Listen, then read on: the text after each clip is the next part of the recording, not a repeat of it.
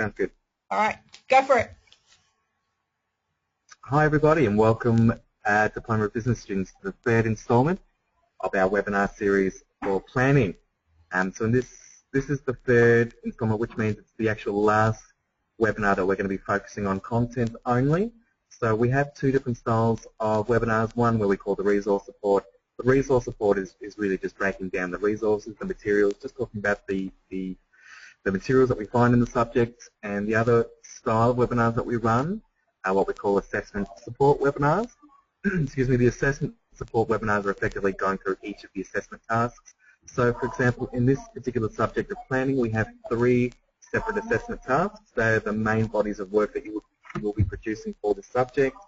We do actually have a separate webinar starting next week for each of those assessment tasks. So next week we'll be running the webinar on assessment task number 1. We'll be just talking you through what we're sort of expecting from each of the actual assessments and so forth. So this is the very last installment of our resource support. Love this subject very, very dearly because it covers quite a lot of different areas, and it's quite a pervasive subject as far as how it relates to your life personally as well as professionally. Should we jump into it? Alyssa, is there anything else that we should talk about before we get stuck straight into going through some of the questions? No, not at all. I just wanted to check in maybe just quickly with Felicity. I know that she hasn't started any of the learning activities. So, Felicity, as we go along, just if you've got any questions about the structure or anything that you're not sure of, we've done these sessions previously, so the other students are pretty okay with the format. But if you've got any questions around the format, just feel free to ask us. You know, it's Adam and I are here to answer any questions, and it's nice and informal. So just if you do have any of those particular questions, just don't hesitate to ask. Cool. All right, I'm going to open planning for us, Adam. Okay, great. So what we're looking at the moment is Alyssa's screen. This is the actual home page for the whole course, Diploma of Business. You can see there's 8 different coloured pictures on the screen. They represent a different subject. If you're new to the webinar series or new to our new system, just to let our students know, we have students that are at different stages of their course progression. So we might have a student that's brand new today. We'll have students also that are well progressed through the course. So obviously that information is for those that may be somewhat new. But when you click on the actual coloured box or the subject, it'll actually open up just a series of lessons and then assessments. As earlier mentioned, what we're going through today as part of the resource support webinars is going through the actual lessons. Each of the learning activities is just really a series of questions which aims to review the material found in the learning material. So what we're going to try and do is go through, actually we're going to go through the last 2, is it 2 that we're going through today, I believe it is? Yeah, 2. Yeah, learning and 360-degree feedback. Okay, so we're actually doing the middle 2 this time. Yes, we are. For some reason, I don't know why, but you know, that's how we work. That's how we go. We keep things interesting. That's good. That's good. So we're talking about learning as well as 360 feedback. We'll open up those. Actually, Alyssa, I'll get you to click on that learning activity as in learning. Absolutely. I'll just learning now. So learning activity. That's learning. And okay. we'll have a look through some of the questions. Yes, lovely. Okay. Now, as Alyssa mentioned, if anybody who's actually live with us right now would like to ask any questions, feel free just to pop something in the chat window. Alyssa, who's the organiser, will actually unmute your microphone and you'll have the floor to talk if you wish. Otherwise, you're welcome just to put messages in the chat box and we'll answer them for you as well. So for those that are watching it on delay, you won't be able to see those messages come up in the box. But if anybody puts a question in that box, what we'll do is we'll read it out and then go about answering the question. Sounds good. Sounds good to me. All right. So this learning activity's only got 3 questions in it. So hopefully after the session today, everybody can kind of get these questions done and dusted if there's only 3. I'll just read out the first question, Adam. And that very first question, What is your learning style and why do you prefer this style? So is this a question directed at me, Alyssa? No, can you see the question on the screen? I can. I was just being cheeky. Oh. Yeah. How did you want to go? Did you want to add a little bit to this, and then I'll add a little bit to this, or how did you want to go about it? Yeah, look, I'm happy to discuss, I guess, the concept of what a learning style is. I Yeah, know, that's a good idea. yeah, the resource material doesn't give you too much information about learning styles. So perhaps what we could do, Adam, is maybe have a bit of a chat about the different learning styles that maybe you and I are and some of the different learning styles out there, if you like. Sounds good. Sounds good. I think that's a great idea. Okay, Beautiful. cool. Now, just I guess, yeah. So you know what? It's a really good starting point. Maybe just give a bit of an explanation as to what you understand the learning style to be, and we'll sort of pick it up from there. Yeah, absolutely. So I guess if we go back to basics a little bit, obviously when we talk about a learning style, we talk about, I guess, the way you, your mind, your soul best learns. I guess generically speaking, and Adam, you can feel free to interject here. I believe there's probably three main learning styles, and then there is the fourth learning style, which is an up-and-coming learning style. I guess the three main ways that people learn and the style of learning would probably be auditory, visual and kinesthetic. Would you agree with me, Adam? Yeah. So today I know that the material talks about different Yes. learning styles, but we specifically want to talk about these particular learning styles: the visuals, the audio, auditory, and the kinesthetic styles. So I agree with you. I actually feel that they are the three core learning styles, if you like, and so I think it's important that we talk about these. It is in opposition to what's in the material. The material starts talking about divergent or convergent. We don't mind that you use what's in the material to answer your questions here. We do feel it's important that you understand, I guess, the basic learning styles as well, and because that's really the cornerstone for learning styles, I guess you could say. Mm. Absolutely, and I think sometimes the material can kind of jump a little bit, and as Adam said, you know, they're very how do I say that, they're quite extended concepts of what learning styles are in terms of the material. So I guess when we talk about it, and the easiest way for you guys to understand it is just to kind of break it down a little bit. I guess if we are talking about learning styles, this is really about you knowing yourself. So if we say that, for example, I might be an auditory learner. So what happens for me is if I'm an auditory learner, I really can sit down and I can listen to people talk, and that's the way that I gather most of my information and most of my learning from. Yep. I guess there are, like, I think learning styles do change. Like, I used to be what's called a kinesthetic learner, which is a very hands-on learner. You had to allow me to do a task or perform something or really get my hands on something to be able to understand and learn. And that was way back when I started in my hospitality days. Like, I was very kinesthetic. Show me, but I need to do it. I need to make the coffee. I need to make the bed. I need to be able to do it. So that's what we call a kinesthetic learner. Then what happened was I became an auditory learner. So I started to really learn by listening to people. And now I think I'm at that stage where I am very much an auditory learner. Having said that, there's also what we call visual learning, and that's when you might learn by perhaps watching somebody do it, or you might kind of pick up things by, I guess, what's another example of a visual learner, Adam? I'm just thinking off the top of my head. A visual learner, an example. Yeah, so it's watching somebody perform a task, then you go out and do it. It's anything that's engaging in visualization. So you might be somebody who really likes to use maps, for example. You know, visualize things, use graphs, any sort of visual aid, and it could even just be a matter of picturing things in your mind. I mean, that's visualization. Look, just to, actually, it wouldn't be bad for those that are actually sitting watching your screen, Alyssa, if you just type in those three basic learning styles that we're talking about. This is not fair because I don't know how to spell kinesthetic. K-I-N-E-A-S. A-E. Yeah, that's A-E. That always gets me. Kinea. Is that it? No, that's not right. No, then E-T-I-C. E-T. That's it. Yep. Kinesthetic is like the hardest word the hardest word in the world to spell. Thank you very much. Thank you. Thank you. All right. I'm actually a kinesthetic learner myself. I'm a very, very hands-on sort of person. In fact, the majority of the world, the majority are kinesthetic learners. I just want to clarify or just sort of clear one thing up just in follow-on from what you've been saying, Alyssa. with learning styles, I guess another way of explaining it is a learning preference. So everybody has a particular preference for the way that they do things better, and that's really all it comes down to. So some people just have a preference for learning by using visual aids. Some people have a preference for using auditory means, sounds, to assist them with their learning. Some people have a preference for doing it kinesthetic, so hands-on. It's also very much a feeling or emotive style, the kinesthetic style, because you quite often feel what it feels like for a particular situation. We can talk about that, I guess, a bit going forward, but really it's just a matter of preference, and it's not to say that you're only one, because quite often people are a combination.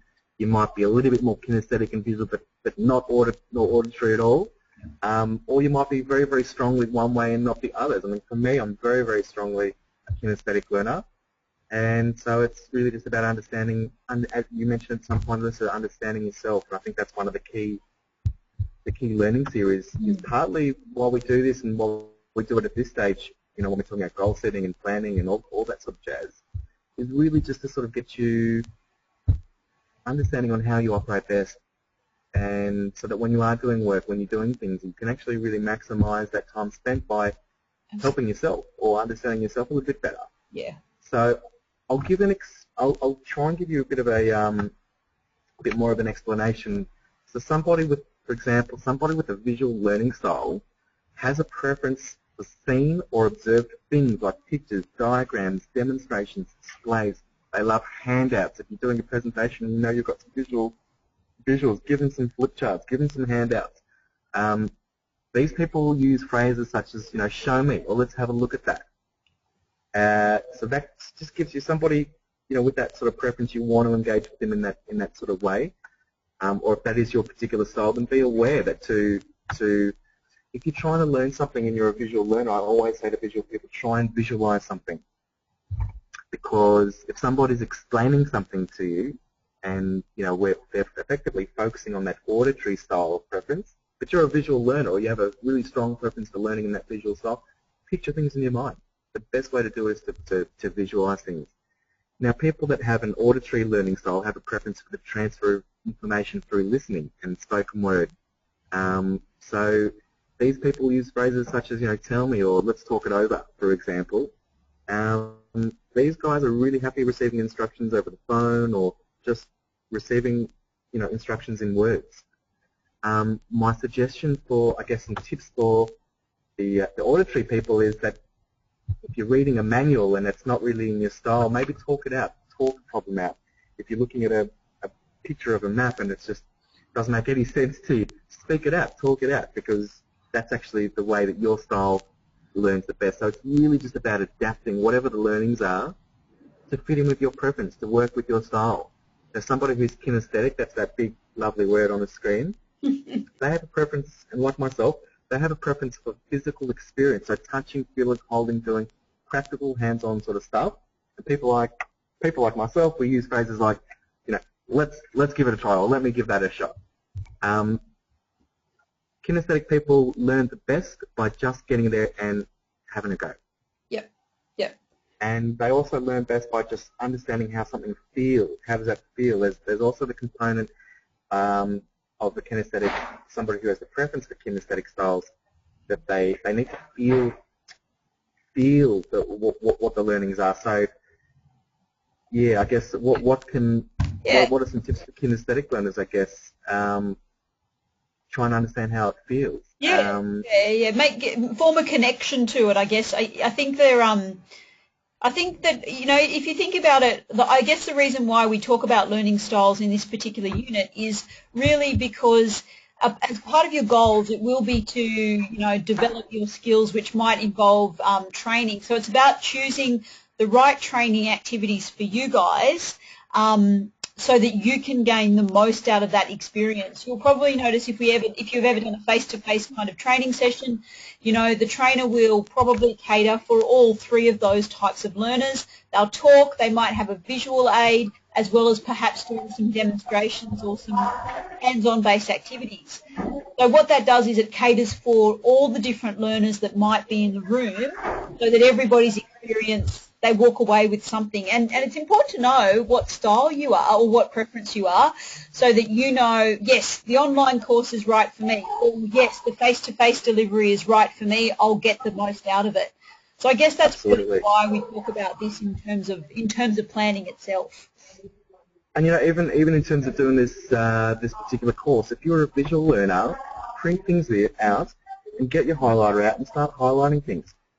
Draw things down, write things down, put a little flowchart, do a symbol, do little diagrams for yourself, do little pictures, because that really helps you. If you're somebody who's an auditory learner, pick up the phone and have a chat to myself or Alyssa. Yep. Chat it out, because really the best way for you to engage with this material is talking to us. Yep. If you're a kinesthetic person, the best way to engage in this is a bit of a combination of everything, but really what you're going to try best to do is to feel what it's like to be in the real world. So you really want to try any theory you get, you need to throw it into a real situation as quickly as you can, put it into like a real life example. Wherever possible, we want you to actually engage and touch and feel the material. It's not always possible for kinesthetic learners to touch and hold the material when we're in a classroom or an online classroom or whatever it might be. But what often Alyssa and I do when we're talking through these questions is that we actually give like a little story of an example of, Alyssa will give an example, or I'll give a story or an example of what we're talking about. Now, what we're doing when we're doing that is actually really helping out the kinesthetic learners at that point. Because they're the ones that really try to understand a real world perspective, or how does this manifest itself in a real sense, and try and feel it. And so that's the other side of kinesthetic learners. And so that's quite often what we do. If we're talking through a question, we'll give our own little sort of story or spin, anecdote, give a bit of a real world scenario to it, and that's helping the kinesthetic learners. Yeah, and Felicity, you've just asked an interesting question. Can you have more than one learning style, such as visual and kinesthetic? I like to have a full understanding of task. Absolutely, you can definitely have more than one learning style. There's always going to probably be a bit more of a dominant preference there, but definitely if you think that you do have, I guess, a combination of two of the learning styles there, because you know yourself better than we know you. So if you think that you learn best through visual and through kinesthetic learning, then that's what you know about yourself. So embrace that and really use those understandings to be able to get the best from your own development, really. So if there's a combination in this answer, then you tell us that there is a combination and why you prefer this style. Felicity, have a look online for all students actually. If you're not actually familiar with what your basic learning style, what we're talking about here is just the basic learning styles. If you're not familiar with what your basic learning style, we'd strongly recommend you go online and try and work it out. They're also known as the VAK, which is visual auditory kinesthetic. So if you type in VAK learning style to a Google search, you'll see there's plenty of tests available to do. We strongly recommend for all students to do them. I'll give you an example of what you might come up against on a test like that. Questions are as simple as this. When I operate a new machine, I generally A, read the instructions first, B, listen to an explanation from someone who's used the machine before, or C, just go right ahead and start using it and I'll figure it out as I go. Now, so there's these sort of tests, they usually give you like 15, 20 questions like this, and then, there's a little key at the end of it and you can work out which particular style you are. For example, when operating the machine, if you tick box A that you read the instructions first, that would tell me that you're more of a visual person, that you need the instructions visually in front of you. If you would say that you need to talk it out with somebody about how to use the machine first, then probably what that suggests is that you have a preference for the auditory style. And if you would have answered, go right ahead and I'll figure out how to use the machine, C, which is what I would have answered, then you're probably in the kinesthetic style. That's just an example. Have a look online. And definitely identify what your style is, because you'll see that it starts to come into play. And really, I guess the times to use it is when you feel that something's just not making sense or something's uncomfortable. When you're learning something new, try and adapt the task to your particular style and see if that helps. And that's really, I guess, the basis for using this sort of stuff. So. Alyssa, did we want to add any more to learning styles, or are we happy that we've sort of covered this first question? Yeah, I think we should probably move on, yeah. Yeah, so what we're looking for as far as an answer for this question, happy if you give us one of the basic learning styles, so any of the three that you see on the screen, and just a bit of an explanation. So if you say that kinesthetic's my style, you might say, because I love to get my hands dirty and just learn by doing things, that's fine. You can effectively explain to us in the one shot what your style is and why you pick that particular style. Otherwise, you can use the stuff that's the learning material, which talks about convergent and divergent styles. They're different styles again. We don't mind which one you put in there. I do still recommend that you at least identify what your basic learning style is, though. Yep. Over to you, E. All right, so in this particular section, the last two questions in learning are all about my favourite topic, networking. Woo! So the two questions, I have to tell you that I truly believe in the power of networking. I know that sometimes it can be a bit painful and a bit awkward, but one of my big mottos in life is never burn your bridges, and keep everybody you've ever met on your phone. That's what I say. I had a conversation with somebody about deleting entrance out of your phone because it's cathartic to do that every now and then. But no, you're right. Look, and professionally speaking, you should never burn a bridge, and you should always keep your contacts. Always. You never know when you can get it. Absolutely, and these two questions really do look at that whole concept of networking, because it really does link with your planning and your abilities to make goals, create career direction for yourself, gain more knowledge, gain more access to information and experiences as well. And networking is a great tool for all of those types of things. So that very first question is, what are some networking ways that have worked best for you in the past? So essentially what I would be looking for are you identifying ways that you have networked in the past. What have you done to network? Okay. Do you have any examples that you'd like to share? Because I've actually got a really good example I'd love to share with the guys. Yeah, well, go for it, Adam. If you've got an example, I'm more than happy for you to share with us. I've got a bit of a sort of anecdote, a bit of a story, I guess. Really, I guess what I want to talk about is the power of personal networks, and what we refer to when we talk about personal networks, just people that we know in our own little web. We know so many people, and the power of personal networks is outrageous. The way that I got not this job, but my most previous job to this was through my brother-in-law. My brother-in-law actually worked for a registered training organisation, and I was very, very keen to get some training work at that time, and I knew my brother had worked there. Everybody's sort of thinking, oh, it's your brother-in-law, how easy is that? Yeah, that's a cakewalk. Me and my brother-in-law never got along. We've never really sort of seen eye to eye. We had a very, very strained relationship in many, many ways, so we never really sort of hand in hand. The last thing I wanted to do was to go up to my brother-in-law and ask him for help, and some people might relate to this and some don't, but just at the time when I was looking for work, I didn't really feel comfortable going up to him and asking for help. Maybe because our relationship wasn't so good, I'm not really sure, but it wasn't really comfortable. But what I'd like to say in reference to that, he did actually pass my number on to somebody, and as it turned out, I wasn't actually right for that particular job, but I ended up being right for some other particular job, which led me to another place, and on it goes, and so on it goes. That lead that he provided for me is the reason why I'm sitting here right now. If I never had asked him that question, I never would have got that first lead, which turned into the second, which turned into the third, which turned into the second job, which turned into the third job, which turned into me sitting here right now. So I guess, I guess just in talking about it, I've sort of mentioned that before, but a lot of the time we feel it's really hard to ask others for help. But in reference to that, the way that my brother-in-law felt when I went up to him and said, look, I'm really, I'm in a bit of a pickle. Is there anybody that you can pass my resume on? So I'm really, really keen. I won't do anything to affect you or to harm your position or anything like that. He felt so good about himself that I've come up to him, my brother-in-law, to ask a bit of help. So when you're considering how uncomfortable it feels to ask for help, just remember what it effectively does for the other person. It really makes them feel good about themselves. So you use your personal networks. They're really, really powerful. Just in reference to, I guess using personal networks, why it's such a really huge thing is that human resources or people that recruiters, they love getting recommendations. They love having their staff recommend other staff.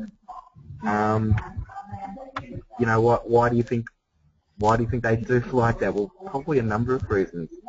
Firstly, it's one of the cheapest ways to get staff in the door. You're not having to filter through hundreds of applications. You've got one application sitting in front of you. You can have a chat to them and see if there's a good fit.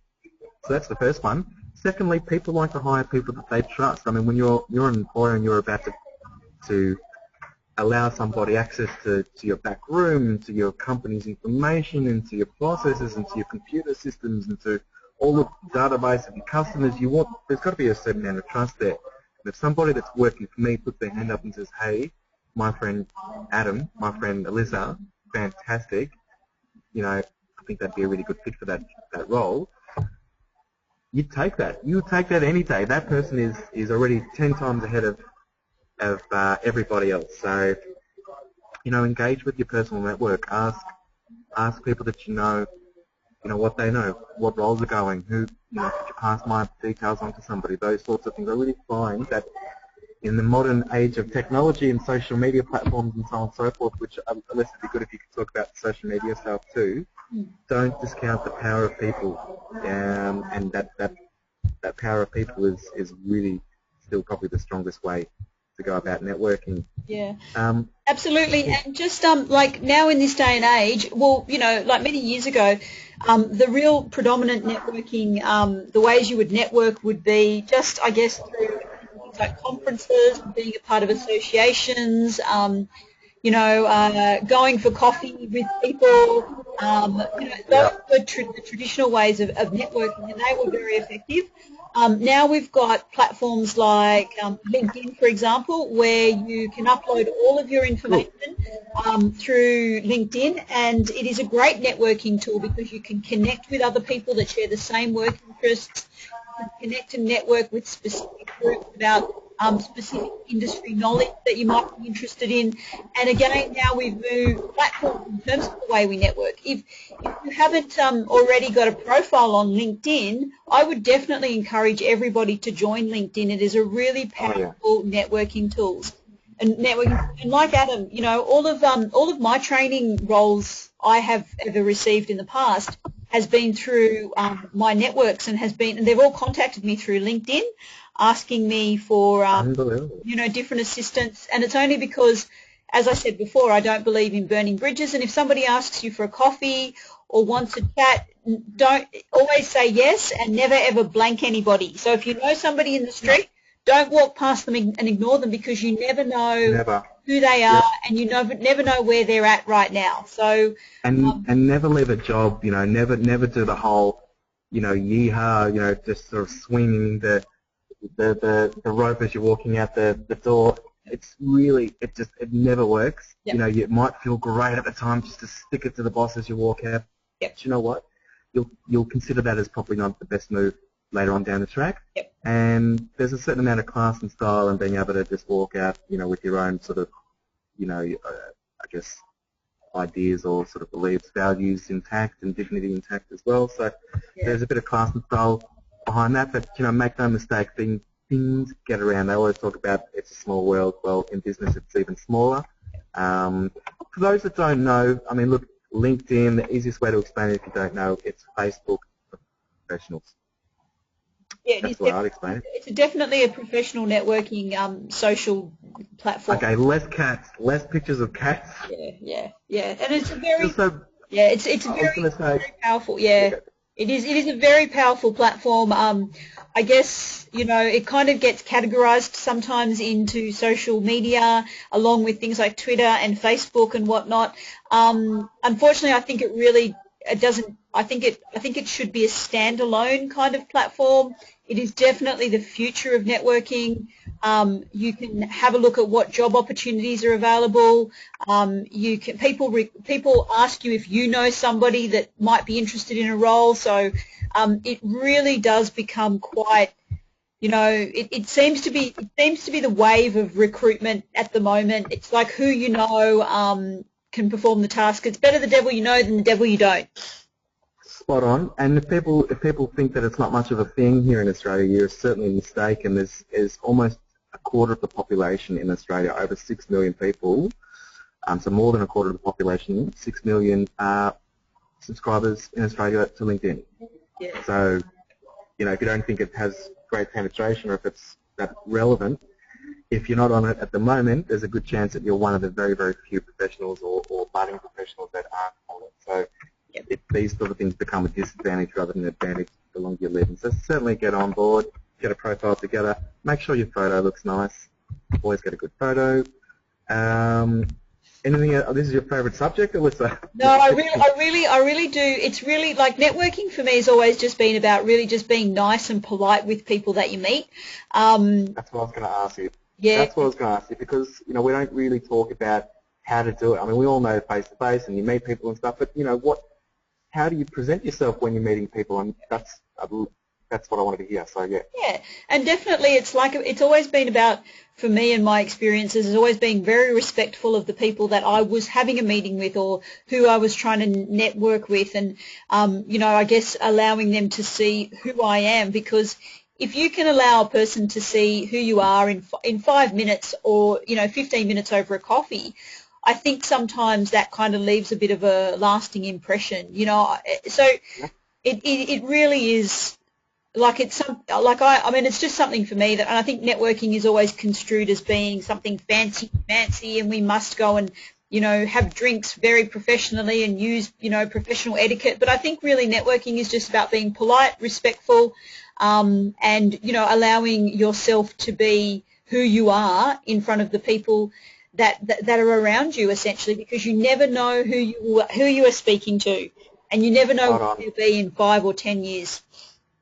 I think it's people skills, it's horses for courses. I mean, really, you just have to know who you're sort of dealing with and know if what you're saying or doing is appropriate or not. So you really have to just be a bit in tune to that.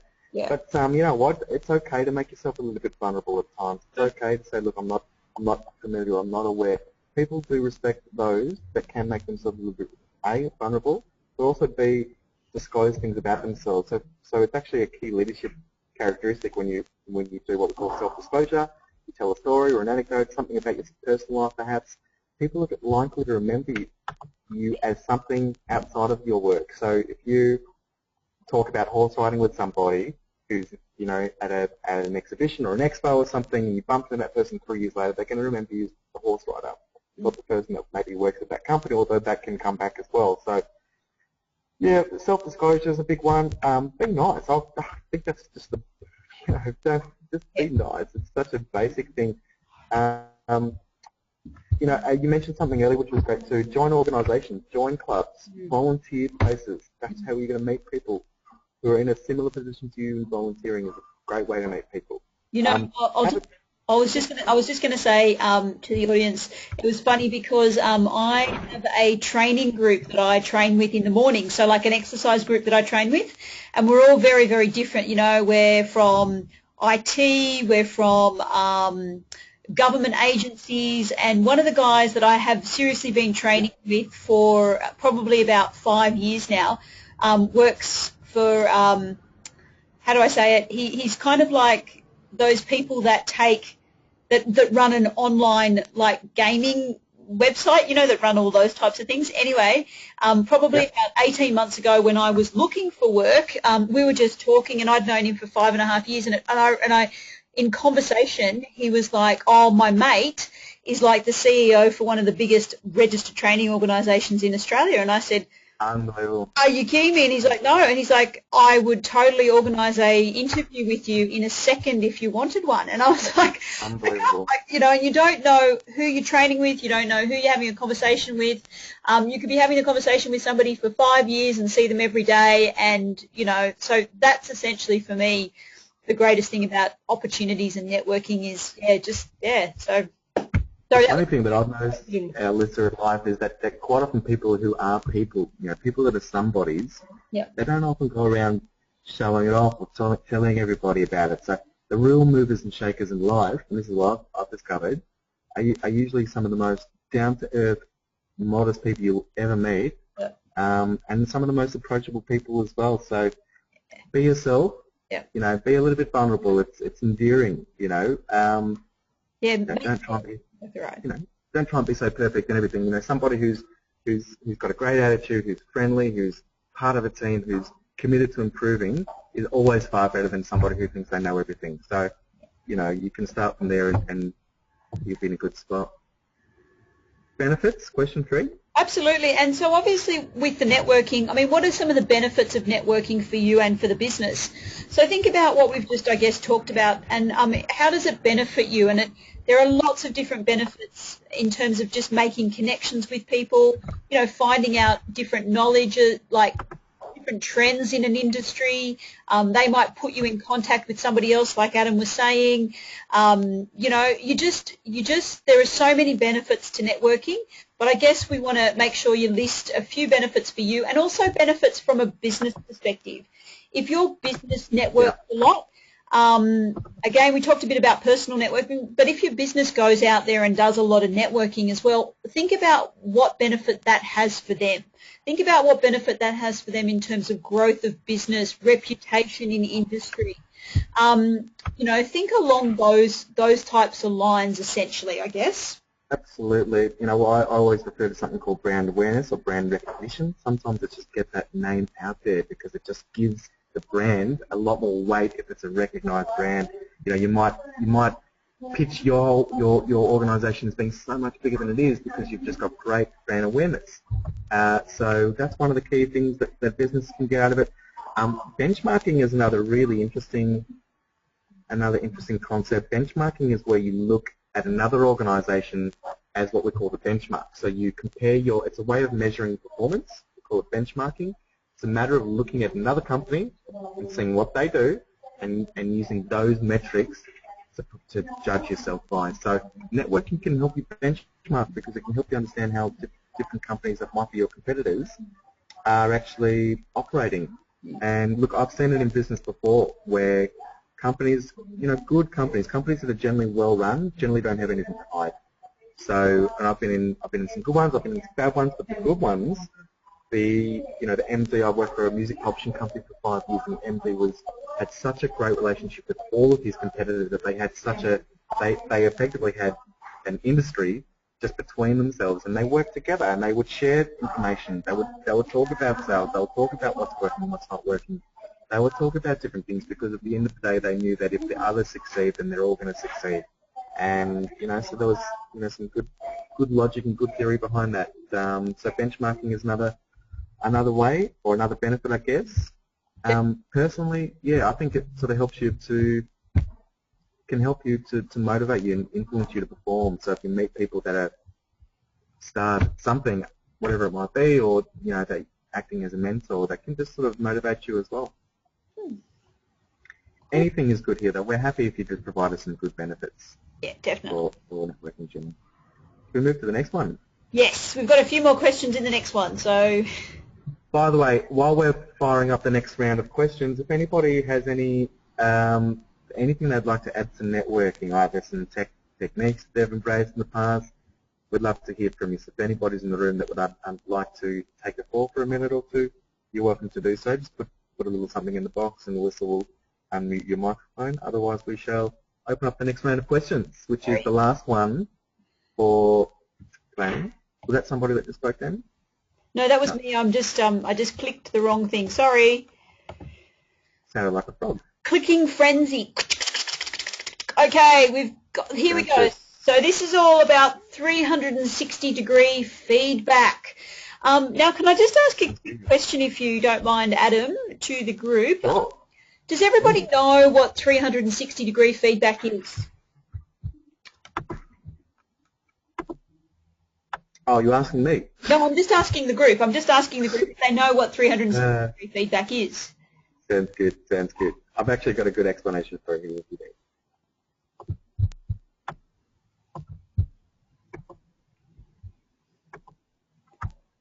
Look, okay, good. Sounds good. Look, I just want to talk about, I guess, the materials. The materials talk about 360 feedback. There isn't a really clear, steadfast explanation that just goes, yes, that just grabs it and just runs with it. So the way I would explain 360-degree feedback is, well, what's 360 degrees? 360 degrees is a full circle. It's the maximum amount of degrees that we can have. So when we talk about 360 degrees, it's basically saying it's full circle feedback. It's feedback from all angles. That's the way you need to think about it when you're thinking about 360-degree feedback. So really, 360-degree feedback is a system or a process in which employees, us, the workers, receive confidential but anonymous feedback from people that work around them. And this is the part that I think that people aren't aware, that 360-degree feedback is purely anonymous. So why it's 360-degree feedback is it typically includes management, peers, co-workers. Usually you need about a dozen people or 20-odd people, something, a minimum of that to engage in a 360-degree feedback. What makes 360 feedback is that everybody in the chain is involved. That could also involve customers, things like that. And generally what happens is there's like a little form, a little mini questionnaire that gets filled out, and it does remain anonymous so that people that are filling it out don't feel that they can't say anything that they shouldn't be saying about Alyssa's performance at the last webinar. Yep. You know, so and can I just add as well? But no, that's just, yeah. Can I just add as well? Yeah, go for it. For 360-degree feedback processes, not all companies will use a 360-degree feedback process. No. And if they use it, it has to be managed exceptionally well. Okay, I can't stress enough that it is an excellent tool to use, but it has to be managed really, really effectively, because if not, it can probably do the opposite of what the intention is. So, not all companies will have it, but those that do have to manage the process extremely well and have a real culture around feedback and understanding the importance of feedback. So I just wanted to just chuck that in there because in my experience, a very poorly run 360-degree feedback system can be very, very ineffective and be very disempowering at the same time. So yeah, I think where companies get a little bit mixed up is they use it in many ways as a performance appraisal tool, yeah. Which I don't like. I'll be really honest with you. I just think it's not the right thing to use for that, and I'll explain why. So when we're talking about performance appraisal, it's really sort of like your main meeting where you might sit down with your manager and talk about how's you know, how am I going in my job effectively. I don't like it as a mechanism for doing any form of appraisal. I just think it's not the right way, and I'll explain what I mean by that. Basically, a 360-degree feedback survey aims to measure things like behaviours, perceptions, your interactions, things like character, leadership effectiveness, teamwork skills. It is not focused on your technical aspects of your job. It is not a matter of saying whether you can use that particular machine well or you use that process well. It's designed from everybody around you that works with you to talk about how well you fit in with the team. How does what are your behaviours? How do you energise somebody? Are you a good team player? How do you work in that particular setting? Do you know what I'm sort of saying here, guys? Alyssa, how do you sort of feel about the comments I'm making? It's not a reference to, Johnny doesn't get 48 orders out every day. He only gets out 47 orders out. That's not what it's about. Yeah. Yeah, then I guess is where we have the discrepancy. Sometimes it's not used effectively, as effectively as it can be used, and instead it can get quite personal. So I do tend to. Look, unfortunately, a 360 feedback is meant to be a little bit personal. That's kind of the whole point of them. They're not really there to judge your output. I mean, there are many other metrics involved, whether it's whatever the KPI is. Yep. There are other ways to measure performance. This is measuring the personal stuff. This is absolutely measuring the team stuff. Yeah, and I think this is why it has to be managed effectively. Like when you go about implementing a 360 degree, like there needs to be training around word usage that doesn't become too personalised. That becomes very constructive personal feedback rather than deconstructive personal feedback. So I guess that in my experience with these types of things that the system needs those people that are participating in it to have some kind of element of training so it becomes as effective as it can be for the individual receiving the feedback. That's partially up to the person who puts the feedback forms together to make sure that they're addressing the right the right area. Absolutely, So definitely. to try and make it a little bit less personal, you just try and focus on the area that you're focusing on. So, but yeah, I think that's, for this question, what we're saying is, what is the process? How often are you receiving feedback? Yep. Professionally. So if you're not employed at the moment, that's fine. We want to know how often do you receive any form of professional feedback which may assist you in anything. And the question here is, how can you improve the feedback that you're getting and use it to improve yourself? Yep. So does anybody who's tuning in want to put a couple of ideas on how they feel they can improve feedback that they get?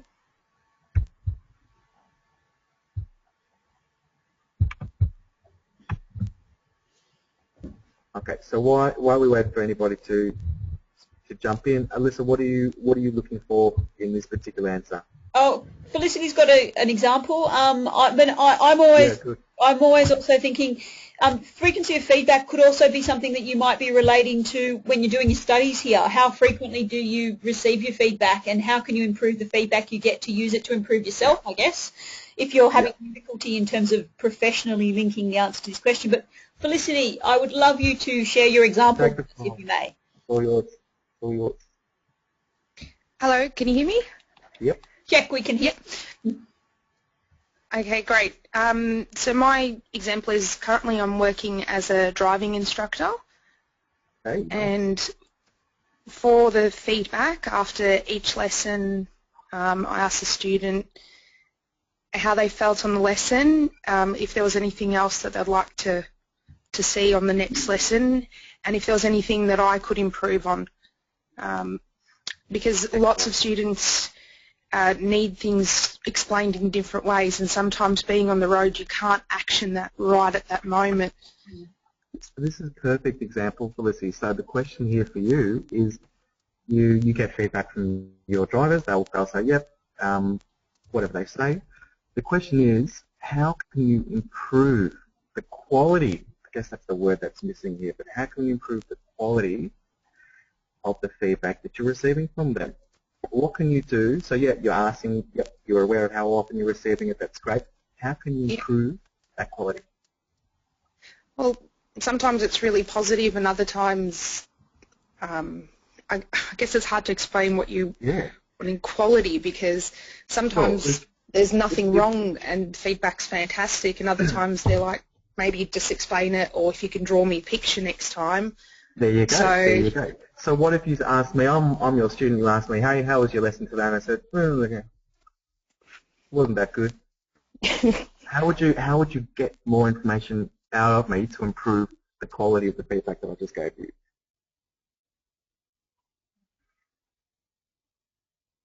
Hello?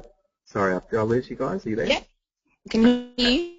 So, yeah, cool. So if I'm one of your students and you ask me how my lesson was, and I said, yeah, it was okay, or that was my response, something like that, how would you deal with that, and how would you improve that feedback that I've just given you?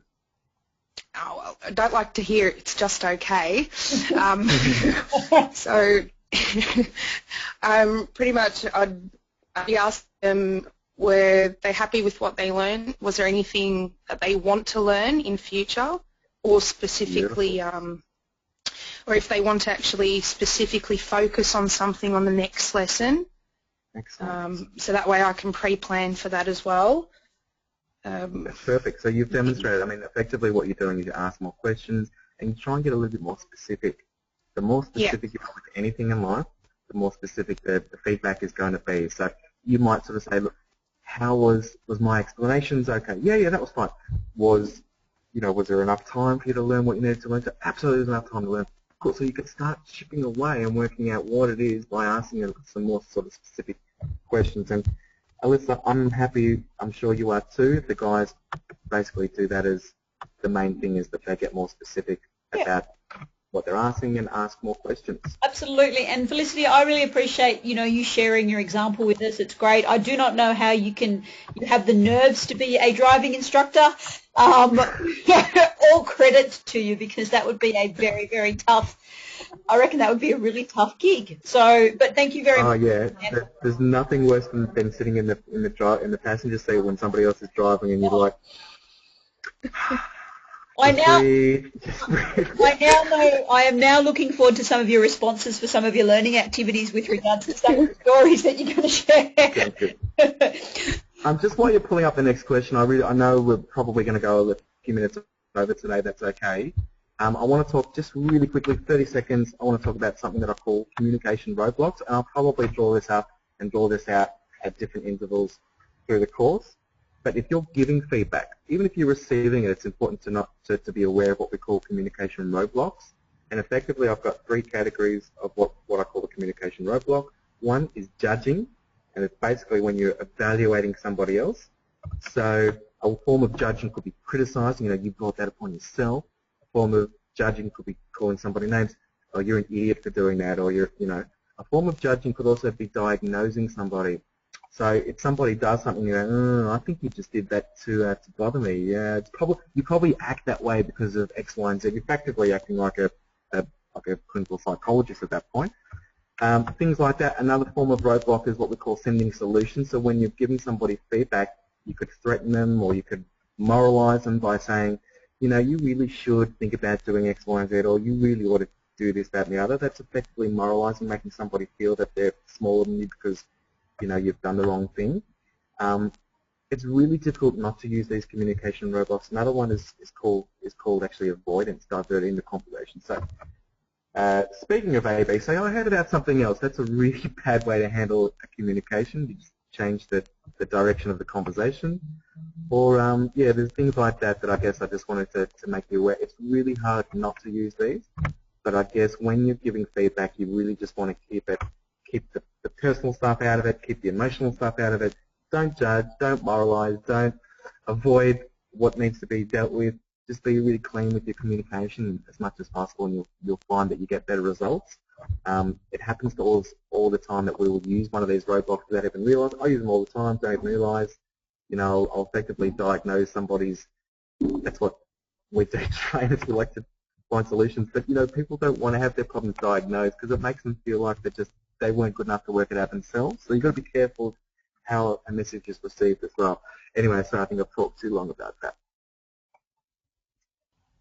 All right, let's move on to... Sorry, over to you, Alyssa. Yeah, so if you don't meet a desired competency standard, what could you do to improve your skills or knowledge? Okay, so I think this question could be directed both professionally, if you are currently working, so you could relate a required competency standard that is part of your role.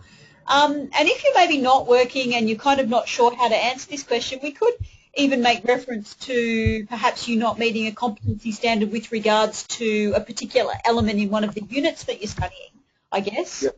Obviously, it can be a bit of a tricky question. I guess the key element here is the kind of word combination of competency standard. So I guess I would best describe a competency standard as a certain level of performance that is required for a task.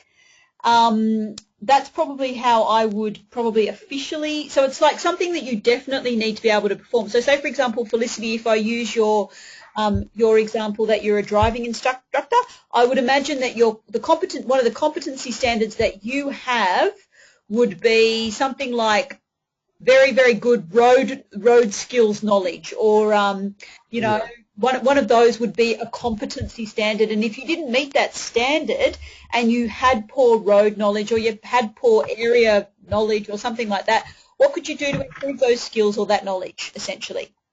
Yep. Absolutely.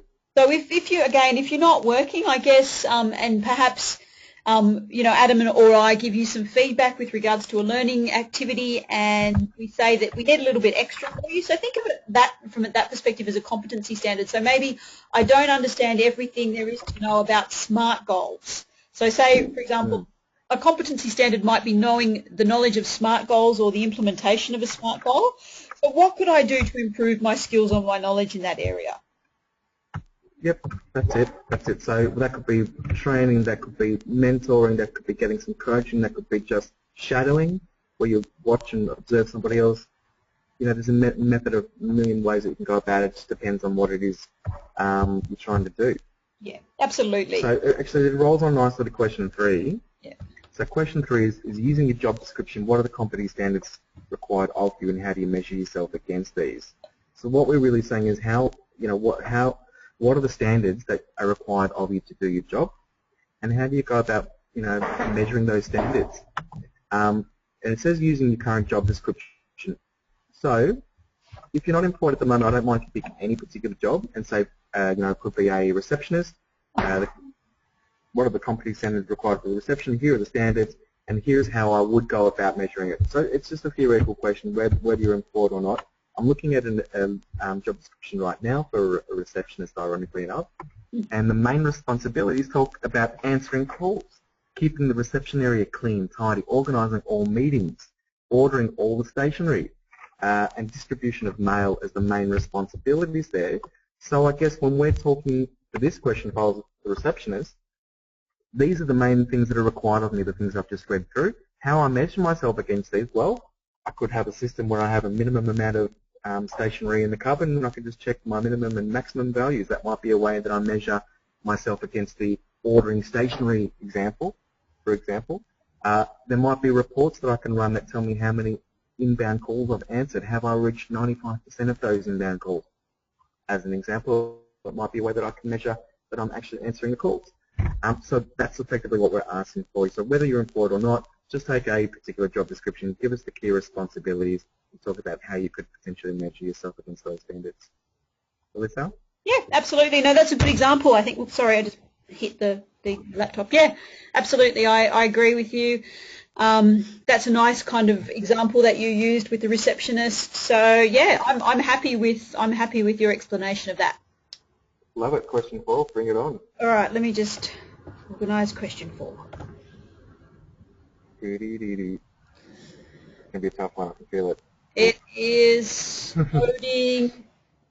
Need some loading music. Okay. All right. So these are the 360-degree feedback questions.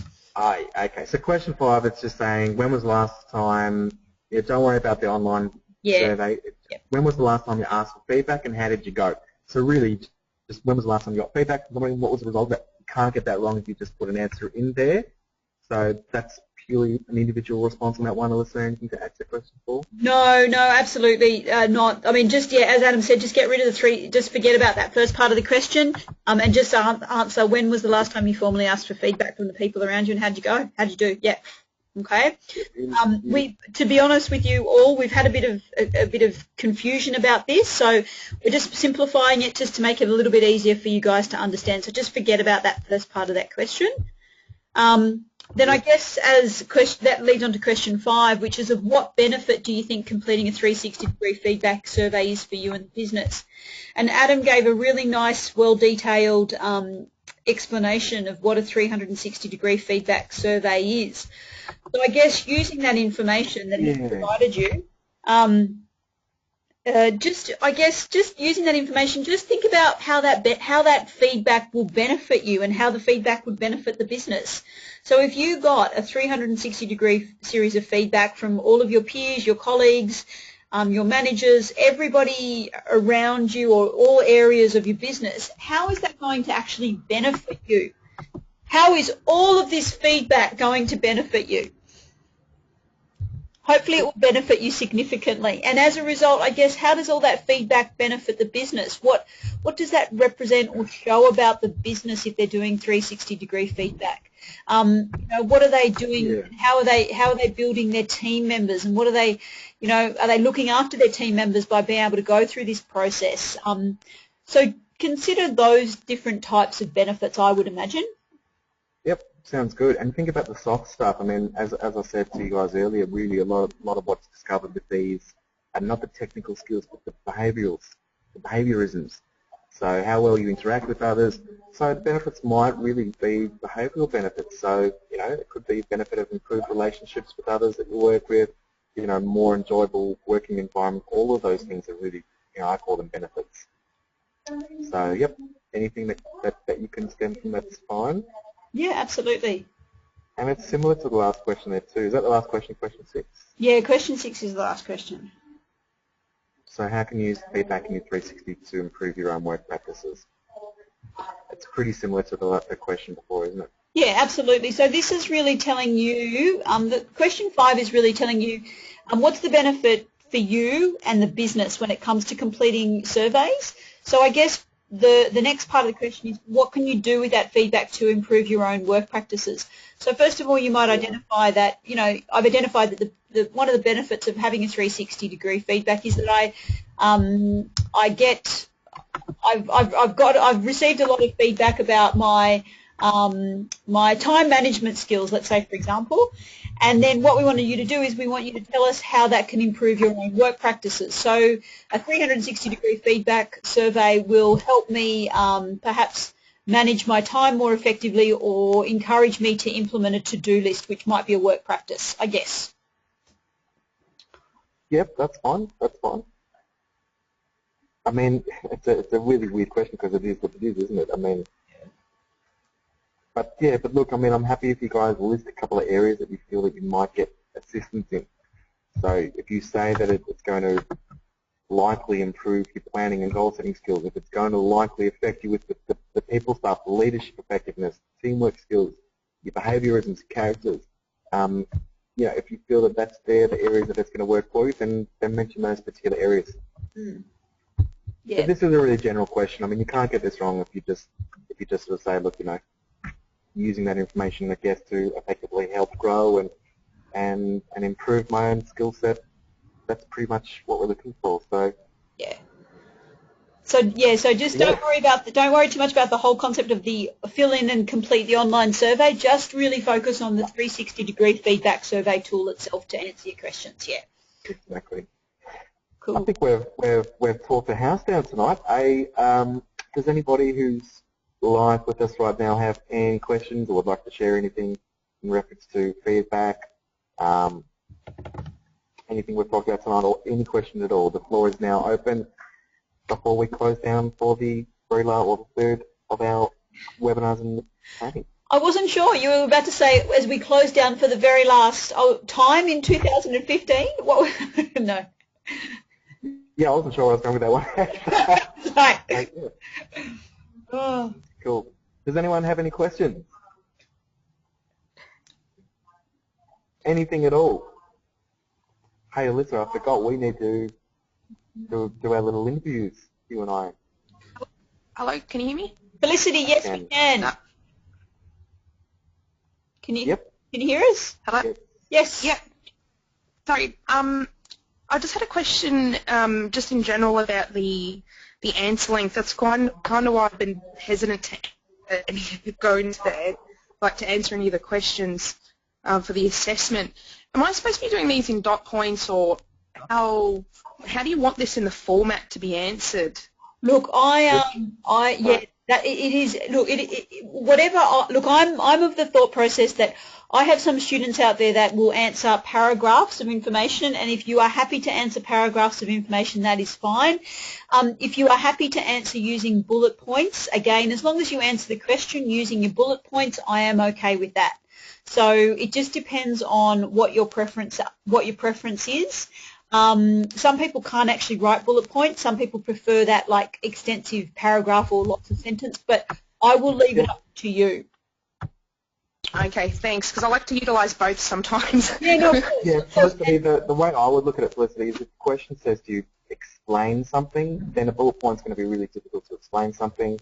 However, if it might be, what are the benefits or what are the features of, then give us dot point them up, absolutely. Just give us those benefits or features if that's what it's asking. Save yourself the whole hassle of typing out paragraphs. But, yeah. one of the questions, I don't know which one it is, talks about, a time that you had to go through some personal growth and explain what you did and what you learned. You can't answer that with bullet points, but anything else that you can, as long as you answer the question, happy, yeah.